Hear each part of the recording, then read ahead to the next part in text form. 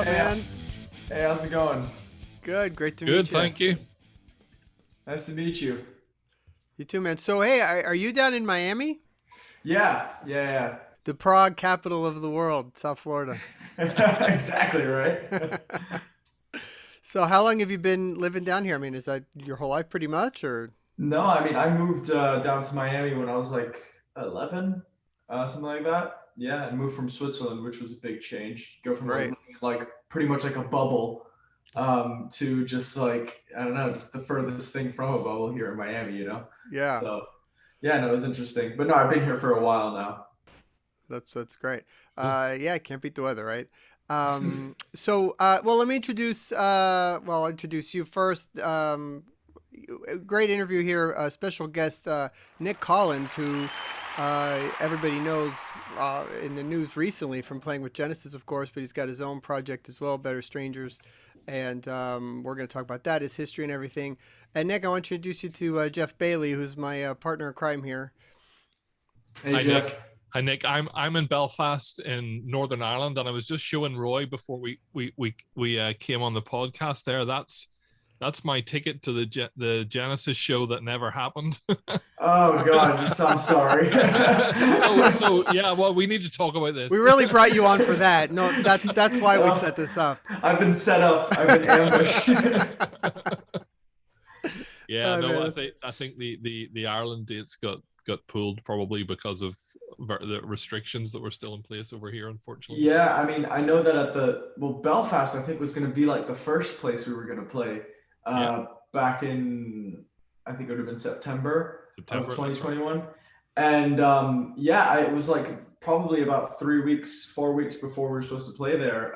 Management were like, I remember being in rehearsal and saying like, I don't think we can do these Belfast dates because they weren't, something like you'd be allowed like a fraction of the capacity of how many tickets were sold. And then at that point, the last two legs of the tour, we kind of just really barely got away with it, of doing it. So there are some places that I know, the Irish fans, whether it was Belfast or even Dublin, like they're very bummed out that we couldn't do it. And even that other Glasgow show, but it's just a shame that COVID changed everything. I mean, I said this recently where I was like, who knows, if it wasn't for COVID, we could have kept touring, or, not kept touring now, but I'm saying, the tour would have started earlier and we could have played, many more places that we hadn't done, Yeah.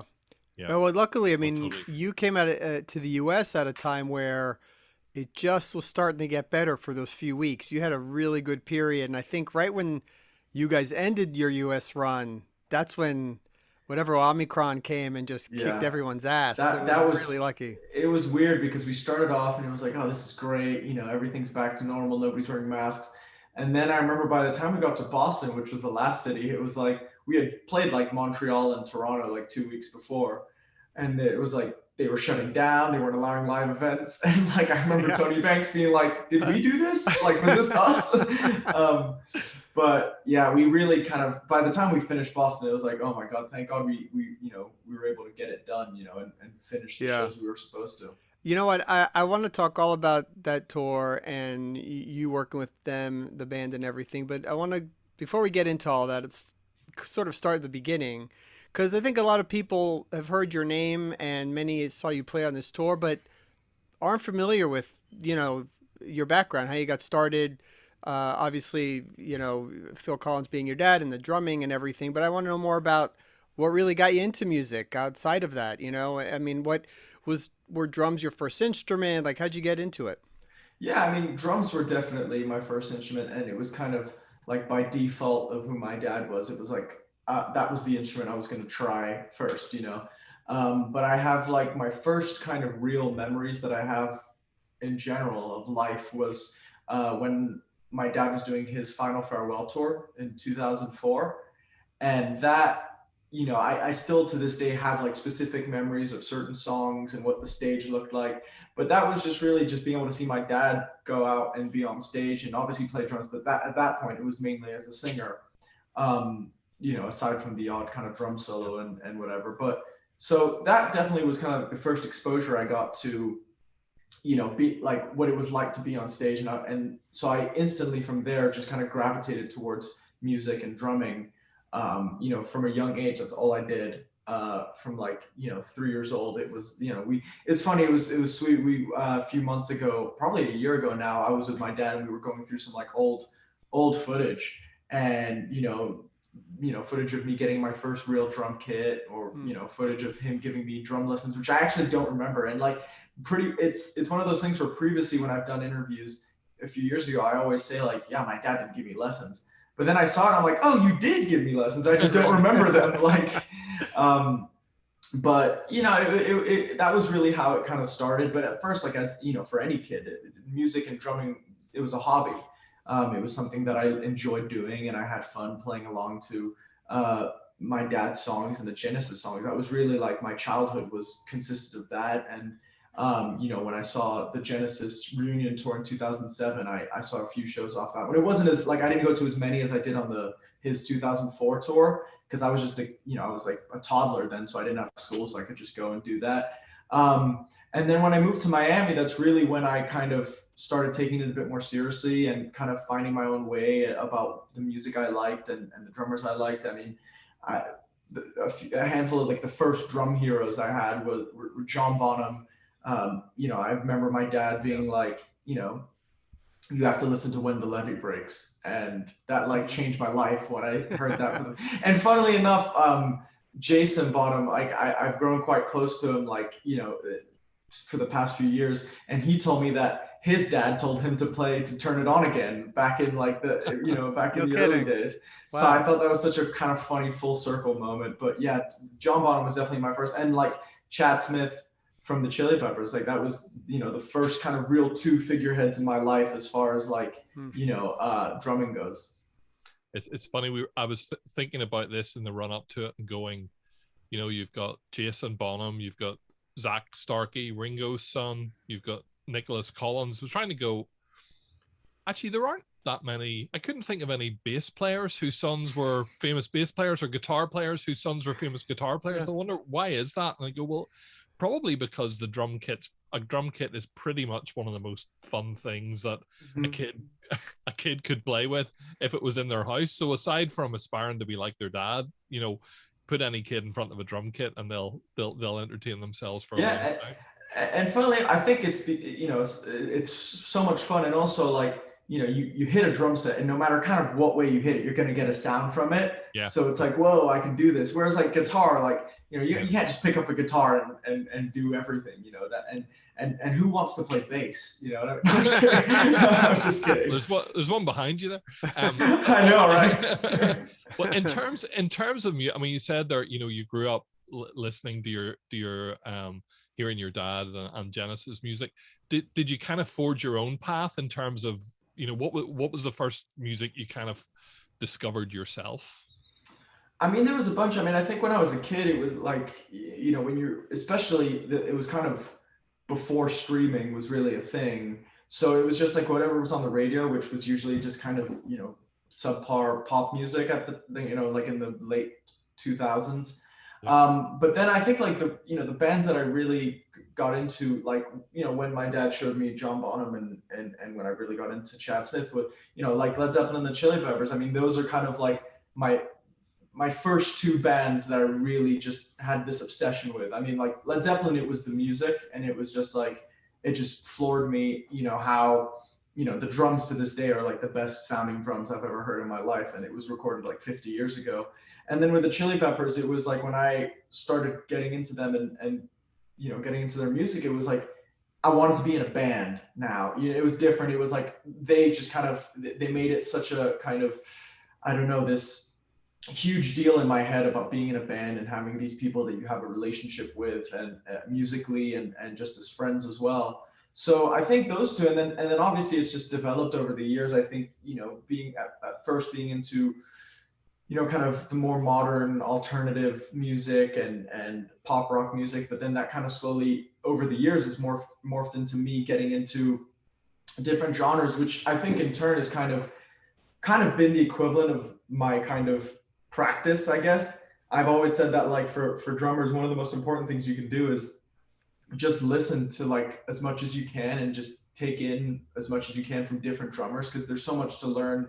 And as soon as you think you kind of have it all figured out, like, I think maybe I'll say 2.5 years ago, I'm like, oh, this, so I kind of know what kind of drummer I am. And then I listened to Tool and I was like, oh my God, this is completely opened up a different side of what, Right. or same thing goes for like, Gavin Harrison with Porcupine Tree. So I think it's always like an evolving thing.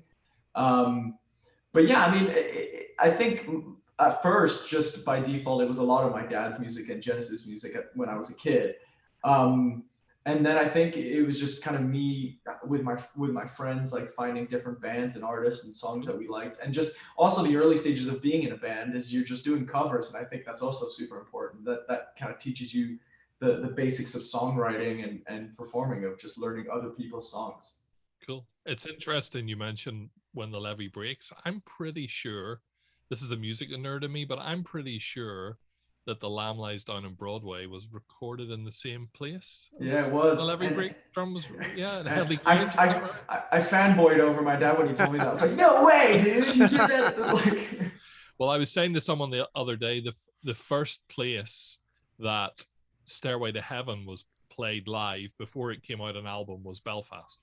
really? Yeah, it was, well, I suppose like the Genesis tour was meant to be. It was the first show on the tour, so, and they were previewing stuff from the next album. So there you go. Wow, that's so cool. I didn't know Well, and that. also we said that it was the first place Peter Gabriel put on the Foxhead. Dublin, yeah, that's right. In Dublin, he put the fox head on and the red dress for the first Yeah. time. Well, there you Yeah. go. The It's all about stories Nice. from, Ireland. It's a good place. yeah, exactly. It's half the place. Yeah, right. It's funny that, because when we started this tour, I remember them bringing up like that story, and he didn't tell anybody else in the band he was going to do that. Right. So they were just as much in shock as like the rest of the audience, which I thought was great. Right. And that was kind of such a great thing about being on the road with them. It's just all these stories that you hear from like Sure. what feels like a different lifetime ago for them. Yeah. Right. That's got to be amazing. But you did mention listening to some of those bands wanted you to start your own. I guess that leads us to Better Strangers. But that's your current project now. But did you have other bands before this one? I mean, is this sort of an evolving kind of thing with members getting to this point? Yeah, it's kind of, I guess, a continuation of a bunch of different bands and projects I've been involved in. Me and the bass player Yannick Weingarten, we've been best friends since like middle school or something like that. So yeah, seventh grade, and so we've kind of grown up together. And we started like a real band in our freshman year of high school, which I would have been like 13, I think, and he would have been 14, 15. And then our guitarist joined later that year, Joey Rodriguez. And so we've been in a bunch of bands together with like different singers and kind of playing different styles of music. And it's been great because not only have we grown up as people in kind of pretty our teenage years are pretty defining years in anybody's life. So not only have we grown up as people together, but grown up as musicians together, which has been great. And there's a musical chemistry that I was able to find with these guys at a really early age, which is great Yeah. because you kind of understand each other and you kind of push each other in different ways. And so we were in a band together, and we parted ways with our singer, and we kind of found ourselves without a singer for a while. And at this point, we kind of knew what it was more like. It wasn't like we knew what we wanted, but we kind of knew what we didn't want. We kind of had a clear vision of like, this is, there's going to be the guy that's going to come up. And that took ages. I mean, it took like about a year and a half, and then COVID hit. So that really kind of put a halt to like stuff. And, we found ourselves writing and doing a bunch of stuff without a singer. And that's probably like the worst thing you can do to a band, because you start to overcompensate and it's like, 70 guitar tracks and like stupid time signatures, like More because you're just, solos. yeah, you're trying to do too much. And then we finally found Ricky, our singer, who reached out to us on social media, and he's actually, was actually based in Texas. And, we sent each other some demos kind of remotely. And then when we met up with him, it was amazing. It was, we hit it off pretty much immediately, and kind of immediately knew this is the guy. And yeah, so it's been a project that's been in the works for quite a while. And actually, funnily enough, today we put out a brand new single called "But I Don't Know Your Name," which came out this morning, which was very exciting for us. And we're lining it up with a bunch of kind of tour dates in the next few months and over the summer and the rest of the year. Very cool. Yeah, sounds great. And is the plan to make an album, or what's next after the tour dates for the band? Yeah, I mean, the material is definitely there to make a record, but I think for a young band that's up and coming, you kind of have to take it easy, and you don't want to make a record too quick, especially in the day and age of streaming, where they've kind of devalued what making a record means. Yeah. So I think for now, we're going to keep putting out singles, and whether that leads to an album or whether that leads to several EPs, that's kind of to be determined. But the tracks are there, and we're just eager to kind of really get out there. I mean, the last few years of my life have consisted of either touring with Genesis or touring with my dad's solo project. So I've only kind of always been able to give a fraction of the time, to my band, maybe 50%. And so now to be able to kind of really give them 100% and we can go full steam ahead is exciting. It's also a bit nerve-wracking, but that's what you have to do. We're grinding it out and cutting our teeth on the road, which is exciting. Were you ever, is this one of those things where your dad or even the guys from Genesis just like trying to jokingly discourage you? Like, don't do a band. It's a terrible idea. No, not really. I mean, my dad actually he always encouraged me to be in a band and to make a band, because he always says you learn more like that than being like a solo, artist. I mean, I think at that point when he was giving me that speech, he kind of accepted defeat that I wanted to do music as well. I wasn't going to have a regular job, I guess, but he was always like super encouraging about, you got to find a band and you got to play and, write. And, over the years, he's always been supportive of stuff. And but I also think he looks at it on a very mature kind of standpoint of like, the first band I was in when I was 13 to me was like, this is the best thing ever, that we're going to be the biggest band in the world.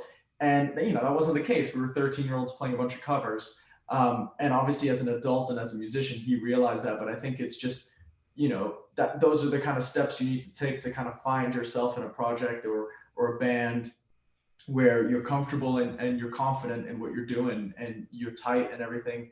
And so I think that him being there and kind of giving me those kind of pointers throughout the way has been great.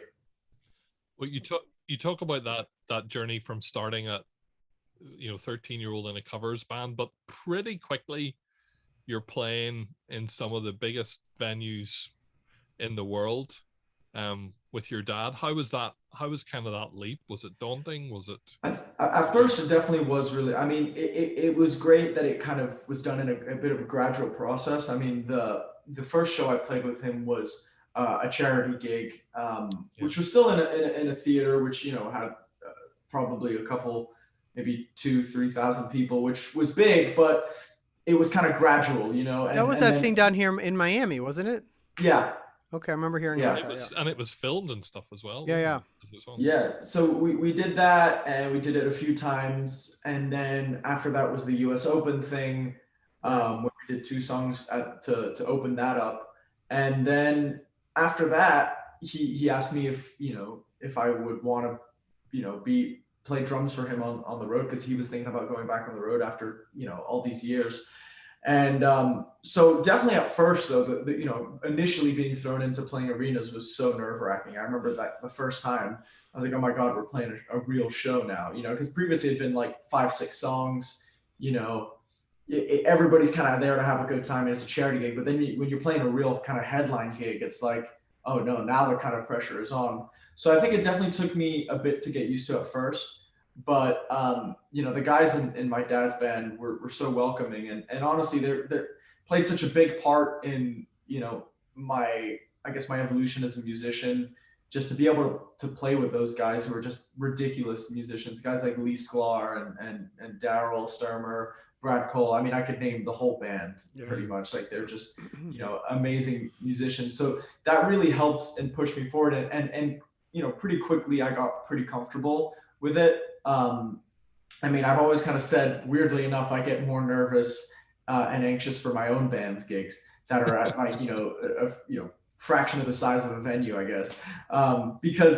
Because when I go, whether it was with my dad or with Genesis, I was there to play the drums and I knew what my role was. And you're also kind of, that people like these songs, and if they've paid to come see the show, they're going to like the songs. So it's just about how good you can deliver them. Whereas with your own band, it's like, you don't even know if anybody's going to turn up, you know what I mean? It's like, so Right. it's just, and you've got much more to prove, because it's like, you're trying to show Sure. people that they should like you and stuff like that. So it's definitely really different. But yeah, at first it was kind of a big leap for me. But I think, as it got, and even from the progression of doing my dad's solo thing to the Genesis thing, I think it worked, all worked really perfectly as to, every kind of, I guess, building block to get to that kind of final stage. Yeah. I mean, I remember seeing one of the solo shows, one of the later ones, because by the time it got here, I think, because mostly it was Europe in the beginning for a while, right? Mm-hmm. Um, Man, it was an amazing gig. Honestly, the whole concert was it was just tremendous. It was one of the best concerts I've seen in the last many years. It was really Well, really thank great. you. And obviously we're fans of his music, but I mean, you don't know what to expect with that kind of show, and it was just from the first note amazing, and you were amazing. Thank But you. so you're doing those shows for a while. When did the Genesis reunion talks start? And were you thrust right into the middle of those talks? It was like, well, we need a drummer. It's got to be Nick, right? I mean, how did that go? Yeah, I mean, I think the first time I actually heard that they actually spoke about it was Mike Rutherford came to a gig in San Francisco. I think it would have been like 2018, late 2018. And he came, and then they had kind of a chat amongst themselves. And I remember my dad mentioning it, saying like, "Hey, like, like what would you think about, Genesis going back on the road and you being the drummer?" And I was like, absolutely, like, I'm there. You know what I mean? It was just a no brainer.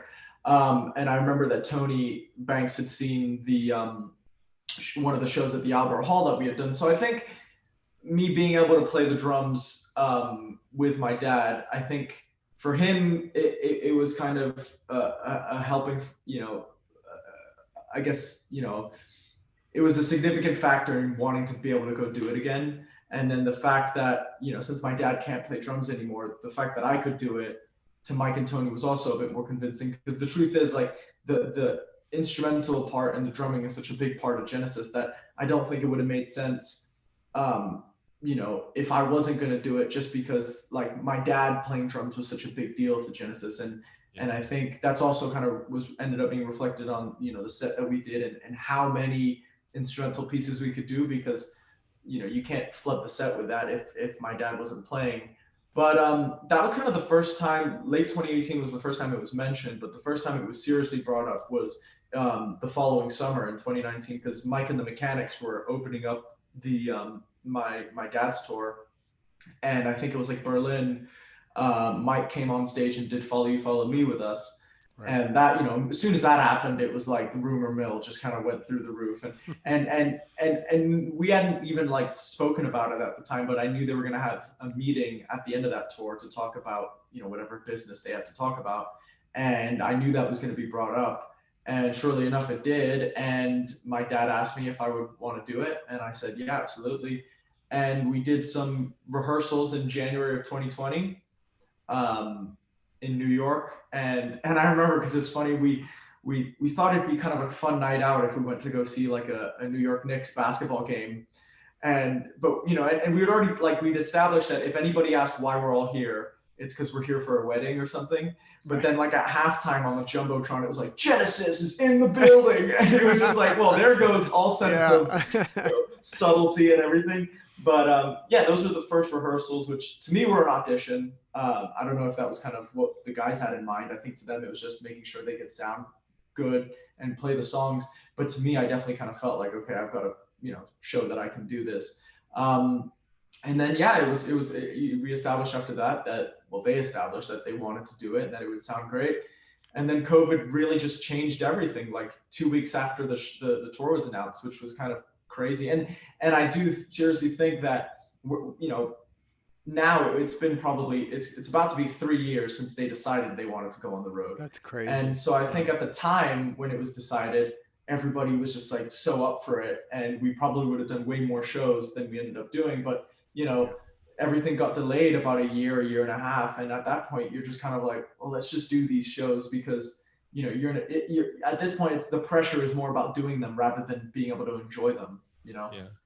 In terms of the shows, you know, can you tell us a bit about the process of putting that show together? I mean, obviously it's a band that, you know, has existed for more than 50 years, and you know, a very large chunk of that with just your dad and Mike and Tony, but obviously with a fan base that probably spans a whole lot of different eras and preferences. You know, how did that all come together? Yeah, well, I think the initial like chats of like what would be in the set was just kind of an email thread between everybody. I mean, you know, between the three, you know, my dad, Mike, and Tony, and then Daryl and I were included, just so we knew what to learn, you know. Right. But I think at first it was just like a massive list of songs. It was like, you know, each one of the guys had their, you know, their ideal set list, and you know, a lot of them kind of in favor of songs they wrote, you know what I mean, which was kind of funny. But and it slowly kind of started getting cut down. I think the initial list that when we went into the first bit of rehearsals was really long, and you know, it took a lot of took a while to learn everything that, you know, was required. And then from the songs we did that first time, you know, we cut it from there. And then it even got cut from the, you know, we went to production rehearsals, and I remember Jesus, He Knows Me and Hold On My Heart were in the set. Right. With production, you know, there was like, we were doing it on the stage as well. And then I think when it got past the point of rehearsing where, you know, you can kind of take a break if you know, a 5-minute tea break or something, or, you know, have lunch. I think when you actually had to do it every single day, it got really long. And I think the guys just kind of opted to kind of cut those as well. But it was, I mean, it was a real process of trying to figure out, for example, how much, you know, how you could balance the instrumental side of things with, you know, everything else, and what areas you have to cover. I mean, like you said, it's a band that spans over so many different genres. First of all, of, you know, like there's the real kind of Peter Gabriel progressive era, which is like the real hardcore prog, and then it got into like when my dad took over, and it was still very proggy. And then it got a bit more rock, and then got a bit more poppy. And so from each one of those eras, there's only so much you can pick, you know, and they have so many songs and so many records that, I mean, it's the kind of thing, when we did the last 3 shows at the O2, we could have done 3 different sets, you know what I mean? Sure. And not have to, you know, repeat a song. But, you know, the truth is bands evolve, and they have to kind of represent all different aspects of their sound. But I do think that the set we ended up coming up with was, you know, was very pleasing to all kind of different fans of all the different eras. Absolutely. And the question that I have to ask, given that we are the Prog Report, and there's a lot of people of a certain age and type who probably follow our stuff, did you ever try or play any or all of Supper's Ready? No, well, Supper's Ready was mentioned in that first initial list, and it was going to be Apocalypse and 9/8 onwards. And I learned it, and I made it a mission to learn it because they mentioned it, and my dad was like, oh, I think we're going to do this part, and Tony was quite keen on doing it. It took me ages, and you know, lots of broken drum heads and whatnot of just being so angry at not being able to get it. But I finally did, and it was just, we never rehearsed it, and that was kind of a real bummer, because I was like, oh man, I just totally I was just trying not to be super upset about it. I was like, oh, definitely did not spend the last 3 months trying to learn this song. But you could slip it into a Better Stranger set, and that would probably keep people happy. Yeah. Yeah, I'm not sure it would fit in with the rest of the music, but right. But no, I mean, I wish we would have done that song. I mean, there's a ton of songs that I wish we could have done, and I know some of the guys wish they could have done. But the truth is you can only really play 2.5 hours, 2 hours and 45 minutes a night, and with the amount of songs they had, it was tricky coming up with a set. And obviously the instrumental kind of thing was also of the best bits. And, we ended up doing Cinema Show and Firth of Fifth as the kind of really, Behind the Lines as the kind of big instrumental bits, Home by the Sea as well. And so I think from, Cinema Show and Firth of Fifth being from that era, there was only so much you could kind of do. Sure. But yeah, I wish we would have done Supper's Ready. One of my favorite Genesis medleys ever is one of the ones that's on YouTube of In the Cage, In That Quiet Earth, and Supper's Ready, which is just amazing. And I wish we would have done In the Cage as well. But there's only so much. And I think also for the guys, like they've done In the Cage like pretty much every tour for ever since it was written. So I get that also for them switching it up and doing something new. And then Los Endos was another one that I learned, but we never rehearsed just because it was another one of those, trying to cut the fat and there being a lot of instrumental stuff. Yeah. And I mean, I think going in there has to be a certain amount of they have a lot of hits. So I mean, putting that set list together, you already know going in, these are the 10, 12, whatever number we have to do under any circumstance, right? Invisible Touch, Follow You, Follow Me, whatever. So that already limits how much playing there is with the set. Maybe there was like 3 to 5 songs that you could balance what you could maybe throw in, right? So it doesn't leave a lot of room. Yeah, I mean, it's funny you mentioned it because even from like the get-go, like the initial email, like Tony said, he goes, all right, before we talk about songs, we know we're going to have to do these. And it was like, like you said, Invisible Touch, Mama, Turn It On Again, Home by the Sea, all those kind of classics that they'd always done. And I think by, when they did their 2007 tour, that was a pretty dialed in set list and covered, a lot of that. So I think it was kind of, this was a bit, the set wise was kind of a continuation of that while kind of switching it up a bit. And, we did Duchess, which, they hadn't done in years. So that was kind of a really cool one to throw in there. And a few other new ones that we hadn't done. But yeah, I think that is true. There's definitely, it limits you as to how much you can kind of throw in there. I mean, we threw in Misunderstanding for like 2 shows in Chicago. Well, I want to ask you about that actually. What was the decision there to put it in for those 2 shows and then decide to take it out? Well, I think Mike and Tony always mentioned that it was a big hit in America, more so than in the UK and Europe. So since we were doing America, we thought we'd do it, and everybody was kind of cool with it. And then we did it twice. And then after we did it for the first 2 shows in Chicago, I just remember my dad being on the plane being like, I don't think I want to play that song again. I think it was just, I think for them, it's a good song and it was a hit for them, but I think they got a bit more value out of it musically and artistically with Duchess, for example, which, and also visually, I think it did a bit more to the set. But, I mean, I'm glad we did it. And that's kind of the only real change to the set from the get-go. I mean, the thing is, when I'm asked about, why did the set kind of switch up from night to night or different legs, it's just because when you get it so dialed in, and especially with a show like a Genesis show where the lights and the production are such a big part of it, you can't just kind of throw in certain things because a lot of the cues are based around certain songs. And I think by the end of it, we found a real kind of sweet spot of like every song, whether it was musical or production wise, it did its own thing. Every track was its own kind of, I guess, spectacle in the set, where there wasn't kind of one song that just kind of happened. And I think so the guys' Misunderstanding just kind of started and ended, and it was fine. You know what I mean? They had fun playing it, but as opposed to some of the other songs. Yeah. So I have to ask, what was your 2-parter? What was your most challenging part of the set, and what was your favorite part? What was the part that you always look forward to most? I think, I mean, obviously, as far as learning the songs that weren't in the set, obviously we spoke about Supper's Ready and Los Endos. Those were easily the most challenging songs I had to learn, but obviously we never ended up doing it. I think the most fun I had, and honestly one of my favorite Genesis bits is Cinema Show, and I've always loved that Yeah. part. I mean, even as a kid, I have memories of me playing along to the In the Cage medley with Cinema Show in it. And so, but I remember it was just called the In the Cage medley, and I was always like, "What is the name of this song?" Like, I never knew it was Cinema Show, but that was easily, probably one of my favorite parts of the set. I loved playing it, and 7/8 is such a fun kind of time signature to play, and that song just kind of.